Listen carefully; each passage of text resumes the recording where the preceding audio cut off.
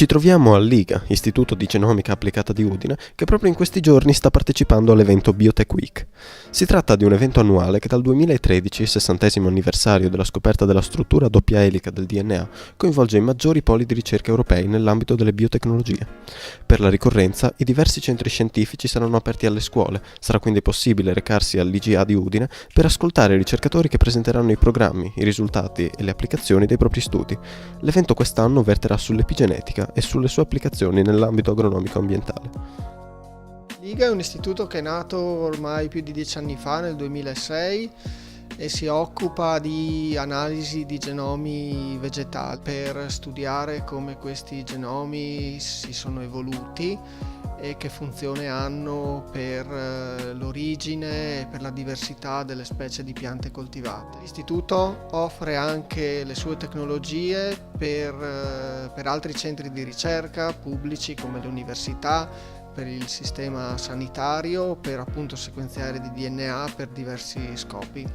Di base praticamente noi prendiamo il DNA, lo frammentiamo in piccoli frammenti e a questi frammenti aggiungiamo degli adattatori cosiddetti a sequenza nota. Questi frammenti con degli adattatori vanno a finire nel vetrino, che è questo, su cui si innestano, vengono innestati e qui formano dei cluster perché vengono duplicati. Una volta duplicati questi frammenti inizia il sequenziamento vero e proprio, ovvero lo strumento sintetizza DNA ex novo a partire dagli adattatori che sono innestati sul vetrino. Man mano che aggiunge una base azotata nuova, lo strumento fa una foto e in base alla base azotata che è stata aggiunta, che può essere una guanina, una citosina, una timina, un'adenina, ci sarà un colore diverso della foto, quindi lo strumento così risale alla sequenza del frammento che è stato innestato sul vetrino. L'epigenetica è un insieme di meccanismi che si occupano di controllare come le nostre cellule utilizzano l'informazione genetica. In Italia il progetto Bandiera Epigenomica è un gruppo di 70 laboratori di ricerca che sono interessati a diversi aspetti della regolazione epigenetica.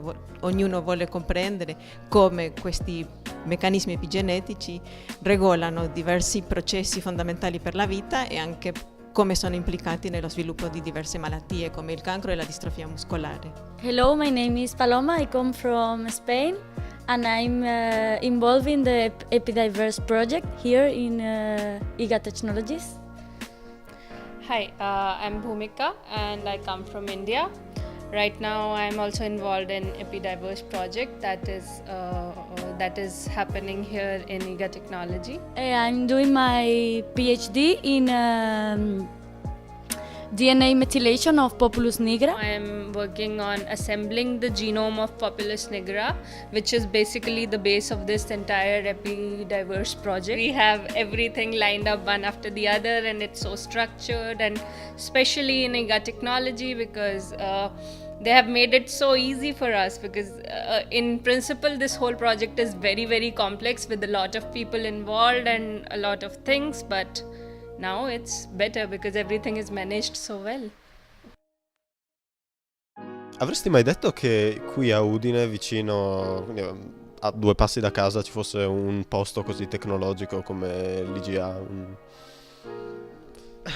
No, cioè, non me lo sarei mai aspettato, cioè io pensavo che erano lontane queste cose, cioè qua a Udine penso che mai non ci sarebbero state, solo forse robe di vaccinazione, ma robe di genetica mai. Un aggettivo per descrivere la vostra giornata qui all'IGA? Soddisfacente. Emozionante. Fantastico. Puoi descriverci con un aggettivo la tua giornata qui all'IGA? Beh, sicuramente è stata molto interessante, molto istruttiva. La struttura è stata diversa da come ve l'aspettavate? Credo di no, insomma mi aspettavo quello che trovavo e sono stato comunque soddisfatto e felice di questa esperienza. Beh, sinceramente me l'aspettavo un po' più grande il laboratorio con più gente che lavorava, invece sono stato stupito appunto dai macchinari che ci sono. Anch'io pensavo che il laboratorio fosse più grande, ma poi mi sono piaciuti i macchinari e tutto il resto. Pensi che le biotecnologie cambieranno il mondo e la nostra vita in futuro? Da quel poco che ho capito penso di sì. Poi non so. No, sì, sicuramente. Con lo sviluppo e col tempo sicuramente cambieranno qualcosa. E in meglio o in peggio secondo te? Ma in meglio, sicuramente meglio.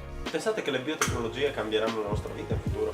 Assolutamente. Secondo me le biotecnologie sono il futuro e bisognerebbe concentrarsi di più su questo. Beh, sinceramente, vedendo attualmente a che livello siamo arrivati, sicuramente potranno cambiare la vita del futuro e sicuramente queste biotecnologie qua aiuteranno un domani, non so cosa dire.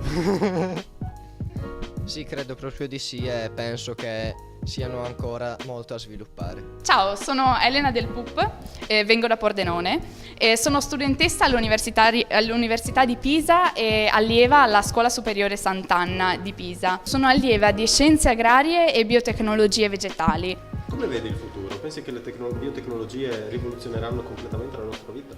Allora, è una cosa che ci tengo molto a sottolineare. Le biotecnologie hanno già rivoluzionato da sempre la nostra vita, poiché biotecnologie, che cosa vuol dire originariamente? È solitamente frainteso come termine. Siamo in un limbo adesso dove la scienza, che è prossima al compiere una rivoluzione, per esempio nel campo del plant breeding, nel campo della selezione degli incroci vegetali, si trova a dover sostare. Ed è una cosa affascinantissima capire effettivamente come sia possibile comunicare l'importanza di tutto questo per riuscire a rilegittimare la scienza e gli sviluppi della scienza, che si trova oggi delegittimizzata, soggetta diciamo ad un sacco di paure dell'opinione pubblica e delle persone. Questo vuol dire biotecnologie, vuol dire tanto, vuol dire tutto, vuol dire interfacciarsi, sfruttare e utilizzare la natura e modificarla per l'uomo, e modificarla nel senso di coevoluzione. L'agricoltura ha comportato coevoluzione, sviluppo dei primi insediamenti umani,